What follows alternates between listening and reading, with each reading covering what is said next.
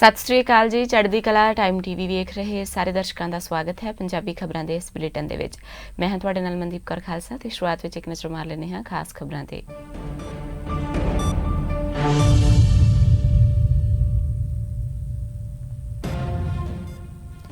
ਦੇਸ਼ ਵਿੱਚ ਕੋਰੋਨਾ ਕਹਿਰ ਜਾਰੀ। ਪਿਛਲੇ 24 ਘੰਟਿਆਂ ਵਿੱਚ ਸਾਹਮਣੇ ਆਏ 78,357 ਨਵੇਂ ਮਾਮਲੇ। ਕੁੱਲ ਮਾਮਲਿਆਂ ਦੀ ਤਾਦਾਦ 37 ਲੱਖ ਤੋਂ ਪਾਰ।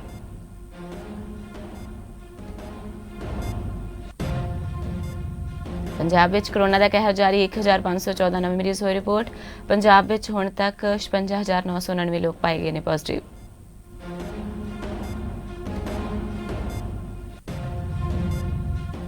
ਪ੍ਰਧਾਨ ਮੰਤਰੀ ਨਰਿੰਦਰ ਮੋਦੀ ਦੀ ਅਗਵਾਈ ਵਿੱਚ ਹੋਈ ਕੇਂਦਰੀ ਕੈਬਨਿਟ ਦੀ ਬੈਠਕ ਵਿੱਚ ਕਈ ਅਹਿਮ ਫੈਸਲੇ ਲਏ ਗਏ। ਜੰਮੂ ਕਸ਼ਮੀਰ ਲਈ ਰਾਜ ਭਾਸ਼ਾ ਬਿੱਲ ਲਿਆਉਣ ਦੀ ਦਿੱਤੀ ਮਨਜ਼ੂਰੀ।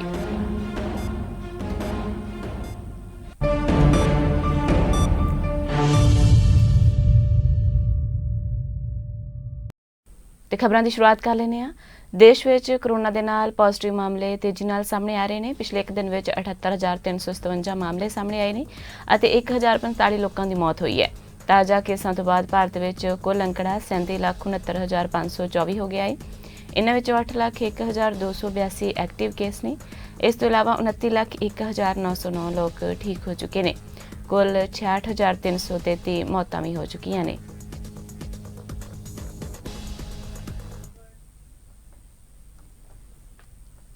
ਪੰਜਾਬ ਵਿੱਚ ਕੋਰੋਨਾ ਵਾਇਰਸ ਦੇ ਨਾਲ ਹਾਲਾਤ ਜ਼ਿਆਦਾ ਖਰਾਬ ਹੁੰਦੇ ਜਾ ਰਹੇ ਨੇ। ਪੰਜਾਬ ਸਰਕਾਰ ਵੱਲੋਂ ਕੋਰੋਨਾ ਵਾਇਰਸ ਨੂੰ ਰੋਕਣ ਦੇ ਲਈ तमाम ਕੋਸ਼ਿਸ਼ਾਂ ਦੇ ਬਾਵਜੂਦ ਵੀ ਕੋਰੋਨਾ ਰੁਕਣ ਦਾ ਨਾਮ ਨਹੀਂ ਲੈ ਰਿਹਾ। ਵੀਕਐਂਡ ਲਾਕਡਾਊਨ ਅਤੇ ਨਾਈਟ ਕਰਫਿਊ ਵੀ ਲਾਗੂ ਕੀਤਾ ਗਿਆ ਹੈ। ਫਿਰ ਵੀ ਕੋਰੋਨਾ ਵਾਇਰਸ ਨਾਲ ਹੁਣ ਤੱਕ ਦੀਆਂ ਸਭ ਤੋਂ ਵੱਧ ਮੌਤਾਂ ਦਰਜ ਕੀਤੀਆਂ ਗਈਆਂ ਨੇ। ਪਿਛਲੇ 24 ਘੰਟਿਆਂ ਦੌਰਾਨ 106 ਲੋਕਾਂ ਨੇ ਕੋਰੋਨਾ ਦੇ ਕਾਰਨ ਦਮ ਤੋੜਿਆ ਹੈ। ਜ਼ਿਲ੍ਹਾ ਲੁਧਿਆਣਾ ਵਿੱਚ 18 ਲੋਕਾਂ ਨੇ ਕੋਰੋਨਾ ਦੇ ਕਾਰਨ ਜਾਨ ਗਵਾਈ ਹੈ। ਪੰਜਾਬ ਵਿੱਚ 1,514 ਨਵੇਂ ਮਰੀਜ਼ ਵੀ ਰਿਪੋਰਟ ਹੋਏ ਨੇ। ਕੋਰੋਨਾ ਦੇ ਕਾਰਨ ਪੰਜਾਬ ਵਿੱਚ ਹੁਣ ਤੱਕ 56,999 ਲੋਕ ਪੋਜ਼ਿਟਿਵ ਪਾਏ ਗਏ ਨੇ, ਜਿਨ੍ਹਾਂ ਵਿੱਚੋਂ 39,742 ਮਰੀਜ਼ ਠੀਕ ਹੋ ਚੁੱਕੇ ਨੇ। ਬਾਕੀ 15,629 ਮਰੀਜ਼ ਇਲਾਜ ਦੇ ਅਧੀਨ ਨੇ।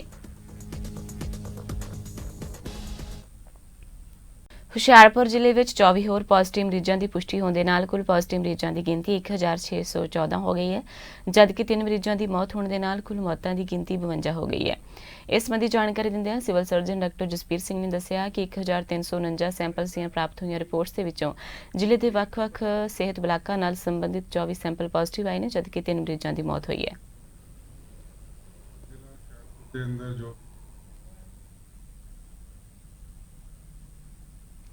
ਪੰਜਾਬ ਵਿੱਚ ਕੋਰੋਨਾ ਦੇ ਨਾਲ ਮੌਤਾਂ ਦੀ ਗਿਣਤੀ ਲਗਾਤਾਰ ਵਧਦੀ ਜਾ ਰਹੀ ਹੈ, ਜਿਸ ਦੇ ਤਹਿਤ ਭਾਦਸੋਂ ਵਿਖੇ ਭਾਜਪਾ ਆਗੂ ਨਰੇਸ਼ ਸੂਦ ਦੀ ਵਾਇਰਸ ਦੇ ਨਾਲ ਮੌਤ ਹੋ ਗਈ। ਪਰਿਵਾਰ ਨੇ ਰਜਿੰਦਰਾ ਹਸਪਤਾਲ ਦੇ ਪ੍ਰਸ਼ਾਸਨ ਤੇ ਆਰੋਪ ਲਗਾਉਂਦਿਆਂ ਕਿਹਾ ਹੈ ਕਿ ਨਰੇਸ਼ ਘਰੋਂ ਬਿਲਕੁਲ ਠੀਕ-ਠਾਕ ਗਿਆ ਸੀ, ਪਰ ਰਜਿੰਦਰਾ ਹਸਪਤਾਲ ਵਿੱਚ ਟ੍ਰੀਟਮੈਂਟ ਠੀਕ ਨਾ ਹੋਣ ਕਰਕੇ ਉਸ ਦੀ ਮੌਤ ਹੋਈ ਹੈ। ਇਸ ਮੌਕੇ ਤੇ ਭਾਦਸੋਂ ਹਸਪਤਾਲ ਦੇ ਡਾਕਟਰ ਅਮਨ ਨੇ ਕਿਹਾ ਕਿ ਜੋ ਮੌਤ ਹੋਈ ਹੈ ਕੋਰੋਨਾ ਵਾਇਰਸ ਦੇ ਕਾਰਨ ਹੋਈ ਹੈ ਤੇ ਬਾਕੀ ਪਰਿਵਾਰਕ ਮੈਂਬਰਾਂ ਦੇ ਵੀ ਕੋਰੋਨਾ ਟੈਸਟ ਕਰਵਾਏ ਜਾ ਰਹੇ ਨੇ।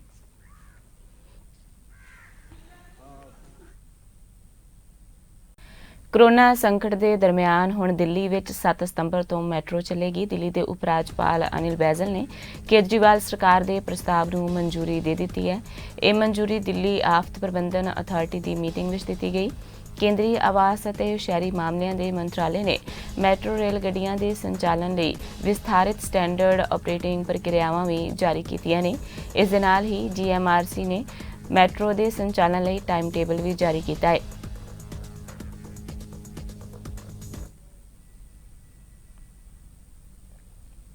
ਕੇਂਦਰੀ ਸਿਹਤ ਮੰਤਰਾਲੇ ਨੇ ਦੇਸ਼ ਵਿੱਚ ਜਾਰੀ ਕੋਰੋਨਾ ਵਾਇਰਸ ਦੇ ਕਹਿਰ ਦੇ ਦਰਮਿਆਨ ਕੁਝ ਦਿਨਾਂ ਵਿੱਚ ਦੇਸ਼ ਵਿੱਚ ਹੋਣ ਵਾਲੀਆਂ ਪ੍ਰੀਖਿਆਵਾਂ ਲਈ ਸਟੈਂਡਰਡ ਆਪਰੇਟਿੰਗ ਪ੍ਰਕਿਰਿਆ ਜਾਰੀ ਕੀਤੀ ਹੈ। ਸਰਕਾਰ ਦੀਆਂ ਹਦਾਇਤਾਂ ਦੇ ਅਨੁਸਾਰ ਸੰਬੰਧਿਤ ਪ੍ਰਸ਼ਾਸਨ ਪ੍ਰੀਖਿਆ ਲਈ ਨਿੱਜੀ ਸੁਰੱਖਿਆ ਗੀਅਰ ਜਿਵੇਂ ਕਿ ਮਾਸਕ, ਹੈਂਡ ਸੈਨੀਟਾਈਜ਼ਰ ਆਦਿ ਮੁਹੱਈਆ ਕਰਵਾਏਗਾ। ਸਰਕਾਰ ਦੀਆਂ ਹਦਾਇਤਾਂ ਦੇ ਅਨੁਸਾਰ ਹਰੇਕ ਨੂੰ ਘੱਟੋ-ਘੱਟ 6 ਫੁੱਟ ਦੀ ਦੂਰੀ ਰੱਖਣੀ ਹੈ। ਇਸ ਤੋਂ ਇਲਾਵਾ ਮਾਸਕ ਪਹਿਨਣਾ ਲਾਜ਼ਮੀ ਹੈ। ਇਸ ਤੋਂ ਇਲਾਵਾ ਸਮੇਂ-ਸਮੇਂ ਤੇ ਹੱਥ ਧੋਣ ਅਤੇ ਸੈਨੀਟਾਈਜ਼ਰ ਦੀ ਵਰਤੋਂ ਕਰਨ ਦੀਆਂ ਹਦਾਇਤਾਂ ਵੀ ਦਿੱਤੀਆਂ ਗਈਆਂ ਨੇ। ਸਰਕਾਰ ਵੱਲੋਂ ਕਿਹਾ ਗਿਆ ਹੈ ਕਿ ਖੰਘ ਅਤੇ ਛਿੱਕ ਦੇ ਸਮੇਂ ਮੂੰਹ ਨੂੰ ਹੱਥਾਂ ਨਾਲ ਜਾਂ ਕੱਪੜਿਆਂ ਨਾਲ ਢੱਕਣਾ ਜ਼ਰੂਰੀ ਹੈ। ਆਪਣੀ ਸਿਹਤ ਵੱਲ ਧਿਆਨ ਦੇਣਾ ਮਹੱਤਵਪੂਰਨ ਹੈ ਅਤੇ ਸਿਹਤ ਸੰਬੰਧੀ ਸ਼ਿਕਾਇਤਾਂ ਦੇ ਬਾਰੇ ਜਾਣਕਾਰੀ ਦੇਣ ਦੇ ਲਈ ਨਿਰਦੇਸ਼ ਵੀ ਦਿੱਤੇ ਗਏ ਨੇ। ਥੁੱਕਣ ਤੇ ਪੂਰੀ ਤਰ੍ਹਾਂ ਪਾਬੰਦੀ ਲਗਾਈ ਗਈ ਹੈ। ਇਸ ਤੋਂ ਇਲਾਵਾ ਸਾਰਿਆਂ ਨੂੰ ਆਰੋਗਿਆ ਸੇਤੂ ਐਪ ਡਾਊਨਲੋਡ ਕਰਨ ਦੀ ਸਲਾਹ ਵੀ ਦਿੱਤੀ ਗਈ ਹੈ।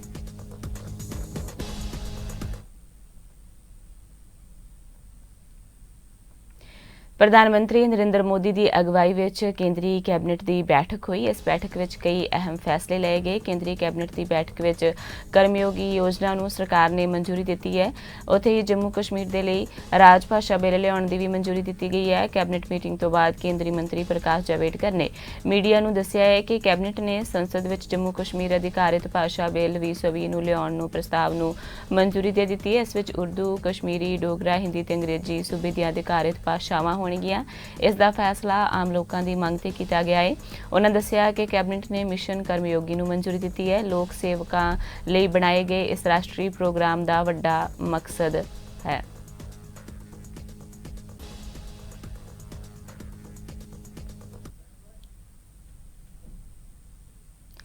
जम्मू कश्मीर के पुंछ जिले में सुरक्षा दस्तियां की संयुक्त टीम ने एक अतवादी ठिकाने का पर्दाफाश करके हथियारां ते गोला बारूद का जखीरा बरामद किया है। पुलिस सूत्रों ने दस्सिया है कि खुफिया सूचना के आधार पर फौज, सरहदी सुरक्षा फोर्स और पुलिस की सांझी टीम ने रात को पुंछ जिले के खानेतर ते साहूवाली जंगलात खेतर में तलाश मुहिम शुरू की ते अतवादी ठिकाने का पर्दाफाश किया, जिस विच हथियारां ते गोला बारूद का जखीरा बरामद होया है। 2 चीनी पिस्टल दीयां 5 मैगजीन, 1 जापानी दूरबीन, 2 Icom radio set, 4 hand grenade, AK rifles दे 270 कारतूस, 5 AK मैगजीन और 50 पिस्तौल दीयां गोलियां शामिल ने।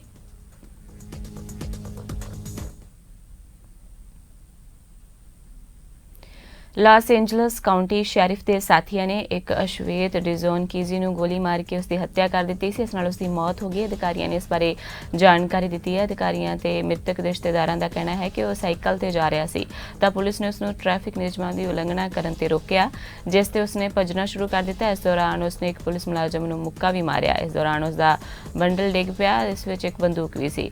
दोपहर की गोलीबारी अजे समय हुई है सोमवार नूं, जदों विस्कांसिन के किनोशा विखे अश्वेत जैकब ब्लेक की गोली चलने तो बाद राष्ट्रीय पद्धर ते नस्ली न्याय ते पुलिस सुधारां ते बहस हो रही है। गोली लगन के कारण ब्लैक आदमी अधरंगी हो गया। दक्षिणी लॉस एंजलस खेतर विच प्रदर्शनकारियों ने एक मार्च भी कढ़िया, जिस विच 100 तो वध लोगों ने हुण हिस्सा लिया ते गोलीबारी वाली जगह के नेड़े शैरिफ के दफ्तर वाल भी मार्च किया। इस दौरान न्याय नहीं, शांति नहीं दे नारे भी लाए जा रहे हैं। सूबे की कानून व्यवस्था ते डूंगी चिंता जाहिर करते हुए आम आदमी पार्टी पंजाब ने कहा है कि सूबे में जंगल राज वर्गे हालात बन चुके हैं।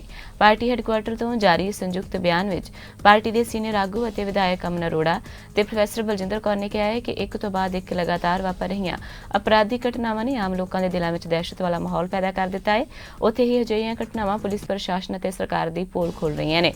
अमन अरोड़ा ने क्रिकेटर सुरेश रैना के करीबी रिश्तेदारों से पठानकोट में हुए जानलेवा हमले तो इलावा बटाला दे कोल प्रसिद्ध कबड्डी खिडारी की हत्या ते जलंधर विच एक 15 साल की बहादुर लड़की ते होए हमले वर्गियां घटनावां के हवाले नाल कहा है कि अपराधी ते गैंगस्टर दे मनां विच कानून अते पुलिस का कोई डर नहीं रहा।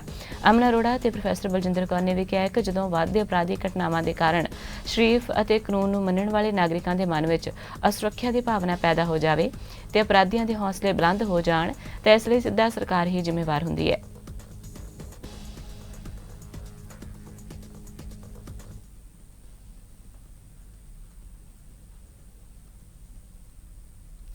ਡਾਕਟਰਾਂ ਵੱਲੋਂ ਮਹਾਮਾਰੀ ਦੇ ਮਰੀਜ਼ਾਂ ਦੇ ਅੰਗ ਕੱਢ ਲਏ ਜਾਣ ਦੀਆਂ ਪੋਸਟਾਂ ਸੋਸ਼ਲ ਮੀਡੀਆ ਤੇ ਪਾ ਕੇ ਲੋਕਾਂ ਨੂੰ ਗੁੰਮਰਾਹ ਕਰਨ ਵਾਲਿਆਂ ਨੂੰ ਕਰੜੇ ਹੱਥੀਂ ਲੈਂਦਿਆਂ ਅੰਮ੍ਰਿਤਸਰ ਦੇ ਡਿਪਟੀ ਕਮਿਸ਼ਨਰ ਗੁਰਪ੍ਰੀਤ ਸਿੰਘ ਖਹਿਰਾ ਨੇ ਕਿਹਾ ਹੈ ਕਿ ਅਜਿਹਾ ਕੂੜ ਪ੍ਰਚਾਰ ਬਰਦਾਸ਼ਤਯੋਗ ਨਹੀਂ ਹੈ। ਉਹਨਾਂ ਕਿਹਾ ਹੈ ਕਿ ਜਿਸ ਵੀ ਵਿਅਕਤੀ ਨੇ ਆਮ ਲੋਕਾਂ ਨੂੰ ਗੁੰਮਰਾਹ ਕਰਨ ਲਈ ਕੋਰੋਨਾ ਸੰਬੰਧੀ ਕਿਸੇ ਵੀ ਤਰ੍ਹਾਂ ਦੀ ਅਫਵਾਹ ਫੈਲਾਈ ਤਾਂ ਉਸ ਦੇ ਖਿਲਾਫ ਕਾਨੂੰਨੀ ਕਾਰਵਾਈ ਅਮਲ ਵਿੱਚ ਲਿਆਂਦੀ ਜਾਵੇਗੀ। ਉਹਨੇ ਵੀ ਕਿਹਾ ਕਿ ਜੇਕਰ ਕਿਸੇ ਕੋਲ ਮਨੁੱਖੀ ਅੰਗ ਕੱਢਣ ਸੰਬੰਧੀ ਕੋਈ ਆਧਾਰ ਹੈ ਤਾਂ ਆਪਣੀ ਸ਼ਿਕਾਇਤ ਕਰੇ, ਪਰ ਅਜਿਹਾ ਇੱਕ ਵੀ ਕੇਸ ਨਹੀਂ ਹੈ ਤੇ ਅਫਵਾਹਾਂ ਲਗਾਤਾਰ ਫੈਲ ਰਹੀਆਂ ਨੇ।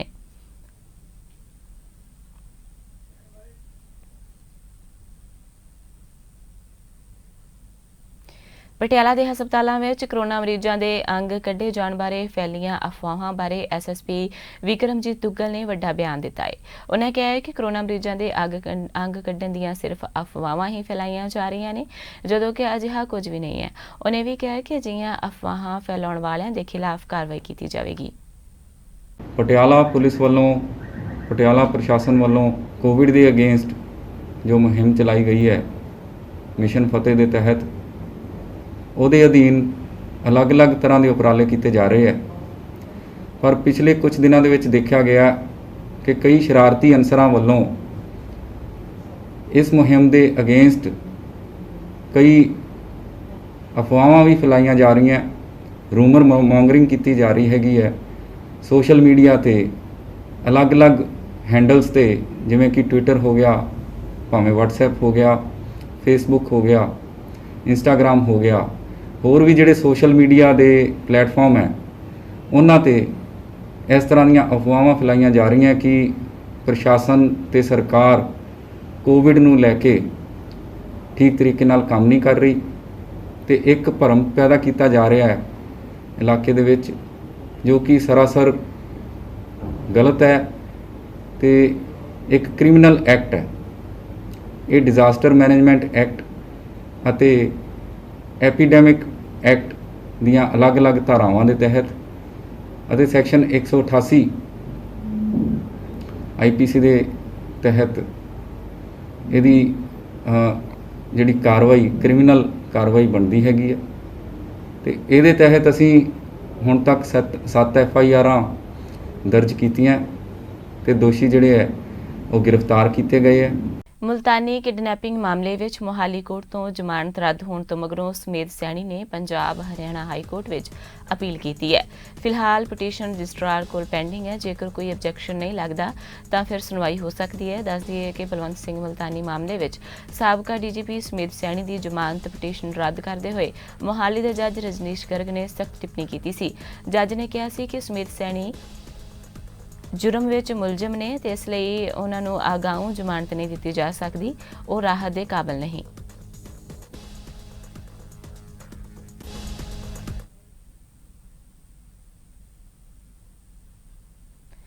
ਤਖਤ ਸ੍ਰੀ ਪਟਨਾ ਸਾਹਿਬ ਦੇ ਜਥੇਦਾਰ ਸਿੰਘ ਸਾਹਿਬ ਰਣਜੀਤ ਸਿੰਘ ਗੌਹਰ ਦੀਆਂ ਪਿਛਲੇ ਦਿਨੀ ਕਥਾ ਕਰਦਿਆਂ ਜੋ ਵਿਚਾਰ ਕੀਰਤਨੀਆਂ ਸੰਬੰਧੀ ਪੇਸ਼ ਕੀਤੇ ਗਏ ਸਨ, ਉਹਨਾਂ ਤੇ ਕੁਝ ਕੀਰਤਨੀ ਜਥਿਆਂ ਦੁਆਰਾ ਰੋਸ ਪ੍ਰਗਟ ਕੀਤਾ ਗਿਆ ਹੈ। ਕੀਰਤਨੀ ਜਥਿਆਂ ਦੁਆਰਾ ਜਥੇਦਾਰ ਗਿਆਨੀ ਰਣਜੀਤ ਸਿੰਘ ਨੂੰ ਕੀਰਤਨੀਆਂ ਸੰਬੰਧੀ ਬੋਲ ਵਾਪਸ ਲੈਣ ਲਈ ਕਿਹਾ ਗਿਆ।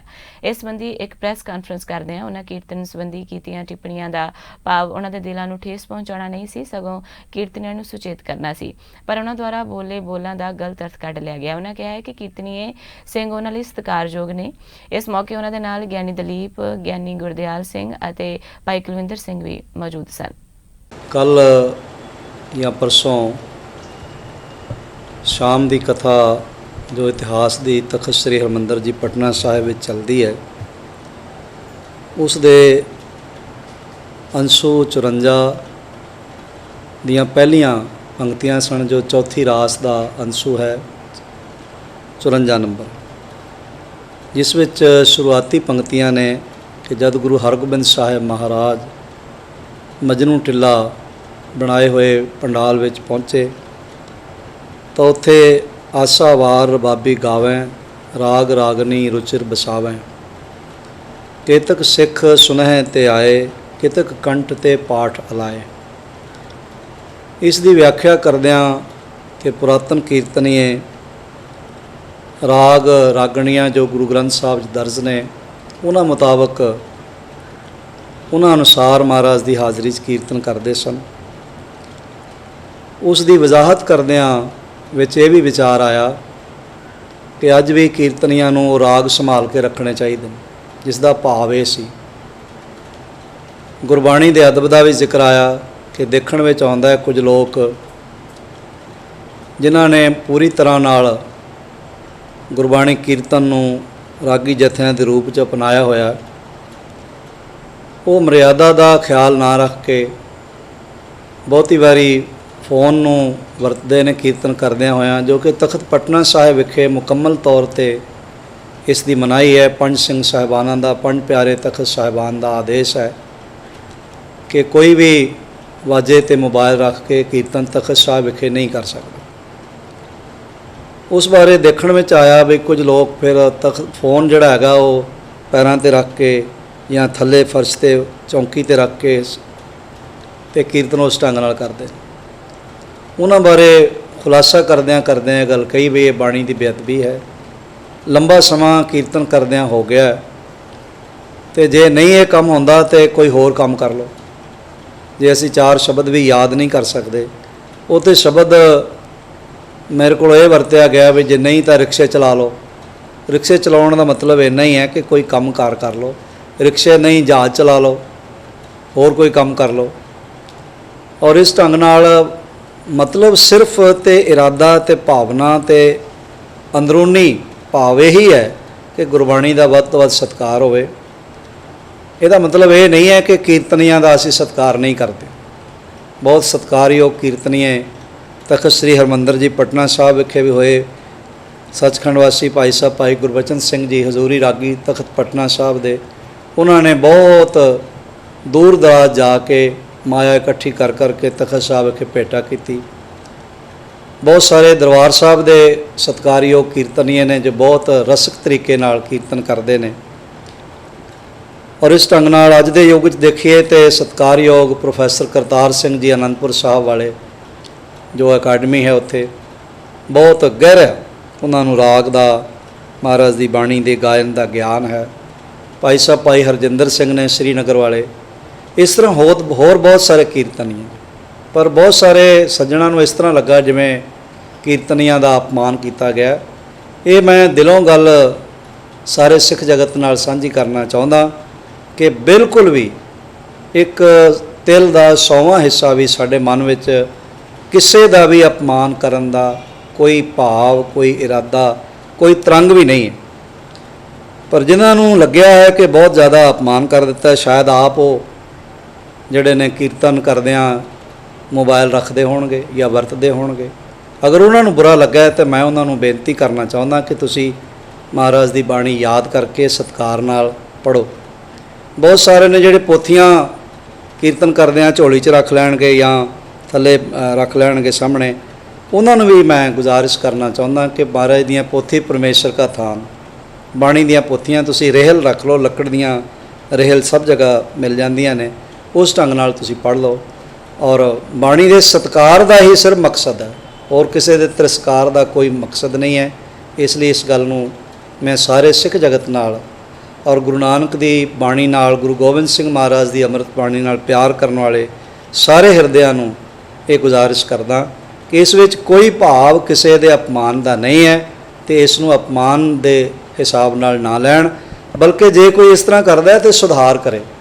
ਸੁਧਾਰ ਕਰਨ ਵਿੱਚ ਕੋਈ ਹਰਜ਼ ਨਹੀਂ ਹੈ। ਵੱਧ ਤੋਂ ਵੱਧ ਬਾਣੀ ਦਾ ਸਤਿਕਾਰ ਕਰੋ, ਬਾਣੀ ਨੂੰ ਪਿਆਰ ਨਾਲ ਪੜ੍ਹੋ।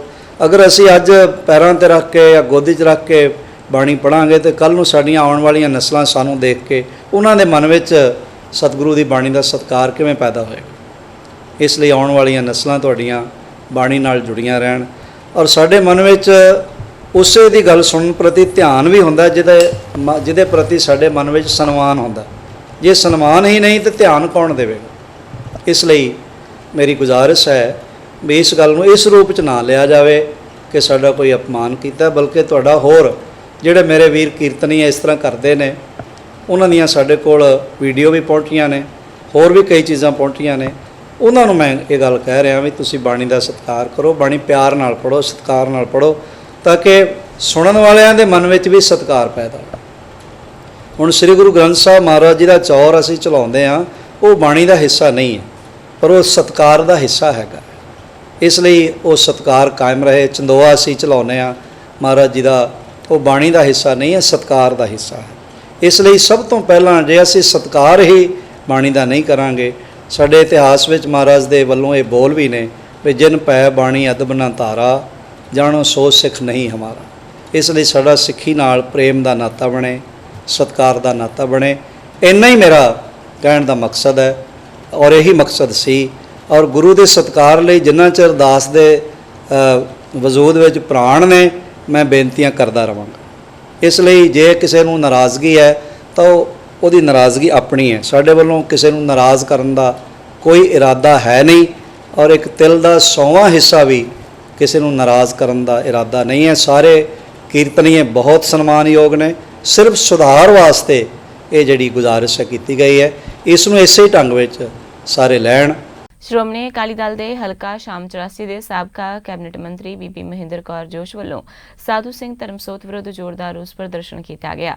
ਇਸ ਮੌਕੇ ਅਕਾਲੀ ਆਗੂਆਂ ਅਤੇ ਵਰਕਰਾਂ ਵੱਲੋਂ ਕੈਬਨਿਟ ਮੰਤਰੀ ਸਾਧੂ ਸਿੰਘ ਧਰਮਸੋਤ ਅਤੇ ਪੰਜਾਬ ਸਰਕਾਰ ਦੇ ਖਿਲਾਫ ਜੰਮ ਕੇ ਨਾਅਰੇਬਾਜ਼ੀ ਕੀਤੀ ਗਈ। ਮੋਹਾਲੀ ਵਿੱਚ ਵੀ ਸ਼੍ਰੋਮਣੀ ਅਕਾਲੀ ਦਲ ਦੇ ਆਗੂਆਂ ਨੇ ਰੋਸ ਪ੍ਰਦਰਸ਼ਨ ਕੀਤਾ। ਇਸ ਮੌਕੇ ਉਹਨਾਂ ਧਰਮਸੋਤ ਦਾ ਪੁਤਲਾ ਵੀ ਫੂਕਿਆ।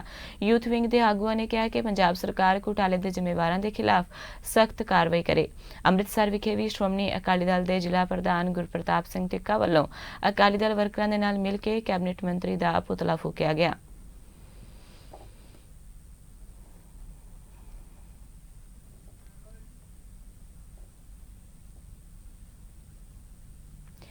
ਇੱਕ ਪਾਸੇ ਪੰਜਾਬ ਵਿੱਚ ਜ਼ਹਿਰੀਲੀ ਸ਼ਰਾਬ ਦੇ ਨਾਲ 100 ਤੋਂ ਵੱਧ ਲੋਕਾਂ ਦੀ ਮੌਤ ਹੋ ਚੁੱਕੀ ਹੈ ਅਤੇ ਦੂਜੇ ਪਾਸੇ ਗੈਰ ਕਾਨੂੰਨੀ ਸ਼ਰਾਬ ਦਾ ਧੰਦਾ ਕਰਨ ਵਾਲੇ ਲੋਕ ਆਪਣਾ ਕੰਮ ਬੜੀ ਤੇਜ਼ੀ ਨਾਲ ਚਲਾ ਰਹੇ ਨੇ। ਇਸ ਧੰਦੇ ਨੂੰ ਰੋਕਣ ਦੇ ਲਈ ਫਿਰੋਜ਼ਪੁਰ ਪੁਲਿਸ ਨੇ ਡੀਐਸਪੀ ਦੀ ਅਗਵਾਈ ਵਿੱਚ ਸਤਲੁਜ ਦਰਿਆ ਦੇ ਨੇੜੇ ਫਿਰੋਜ਼ਪੁਰ ਦੇ ਸੀਮਾਵਰਤੀ ਪਿੰਡ ਅਲੀ ਦੇ ਵਿੱਚ ਰੇਡ ਕੀਤੀ ਅਤੇ ਰੇਡ ਦੌਰਾਨ ਪੁਲਿਸ ਨੇ ਤਕਰੀਬਨ 60,000 ਲੀਟਰ ਲਾਹਨ, 600 ਬੋਤਲਾਂ ਸ਼ਰਾਬ, 23 ਤਰਪਾਲਾਂ ਬਰਾਮਦ ਕੀਤੀਆਂ। ਲਾਕਡਾਊਨ ਦੇ ਚੱਲਦਿਆਂ ਪੰਜਾਬ ਪੁਲਿਸ ਲਗਾਤਾਰ ਆਪਣੇ ਕਿਸੇ ਨਾ ਕਿਸੇ ਕਾਰਨਾਮੇ ਨੂੰ ਲੈ ਕੇ ਚਰਚਾ ਵਿੱਚ ਆ ਰਹੀ ਹੈ। ਹੁਣ ਫਿਰੋਜ਼ਪੁਰ ਤੋਂ ਪੁਲਿਸ ਦੀਆਂ ਕੁਝ ਅਜਿਹੀਆਂ ਤਸਵੀਰਾਂ ਸਾਹਮਣੇ ਆਈਆਂ ਨੇ ਜਿਨ੍ਹਾਂ ਨੇ ਇੱਕ ਵਾਰ ਫਿਰ ਪੁਲਿਸ ਦੇ ਸਵਾਲੀਆ ਨਿਸ਼ਾਨ ਖੜੇ ਕਰ ਦਿੱਤੇ ਨੇ।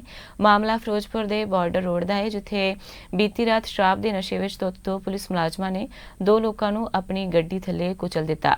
ਮਿਲੀ ਜਾਣਕਾਰੀ ਅਨੁਸਾਰ ਬਾਰਡਰ ਰੋਡ ਤੇ ਕੁਝ ਲੋਕ ਸਬਜ਼ੀ ਖਰੀਦ ਰਹੇ ਸਨ ਕਿ ਅਚਾਨਕ ਨਸ਼ੇ ਵਿੱਚ ਧੁੱਤ 2 ਪੁਲਿਸ ਮੁਲਾਜ਼ਮਾਂ ਨੇ ਆਪਣੀ ਗੱਡੀ ਰੇਹੜੀ ਤੇ ਚੜਾ ਦਿੱਤੀ, ਜਿਸ ਦੌਰਾਨ ਸਬਜ਼ੀ ਖਰੀਦ ਰਹੇ ਲੋਕ ਹਾਦਸੇ ਦਾ ਸ਼ਿਕਾਰ ਹੋ ਗਏ। ਇੱਕ ਬਜ਼ੁਰਗ ਮਹਿਲਾ ਗੰਭੀਰ ਜ਼ਖਮੀ ਹੋ ਗਈ, ਜਿਸ ਨੂੰ ਦੇਖਦੇ ਹੋਏ ਪੁਲਿਸ ਮੁਲਾਜ਼ਮ ਮੌਕਾ ਮਿਲਦੇ ਹੀ ਉੱਥੋਂ ਰਫੂ ਚੱਕਰ ਹੋ ਗਏ, ਜਿਸ ਤੋਂ ਬਾਅਦ ਲੋਕਾਂ ਵੱਲੋਂ ਪੁਲਿਸ ਮੁਲਾਜ਼ਮਾਂ ਦਾ ਪਿੱਛਾ ਕੀਤਾ ਗਿਆ, ਉਹਨਾਂ ਨੂੰ ਕਾਬੂ ਵੀ ਕੀਤਾ ਗਿਆ ਤੇ ਉੱਚ ਅਧਿਕਾਰੀਆਂ ਨੂੰ ਸੂਚਿਤ ਕੀਤਾ ਗਿਆ।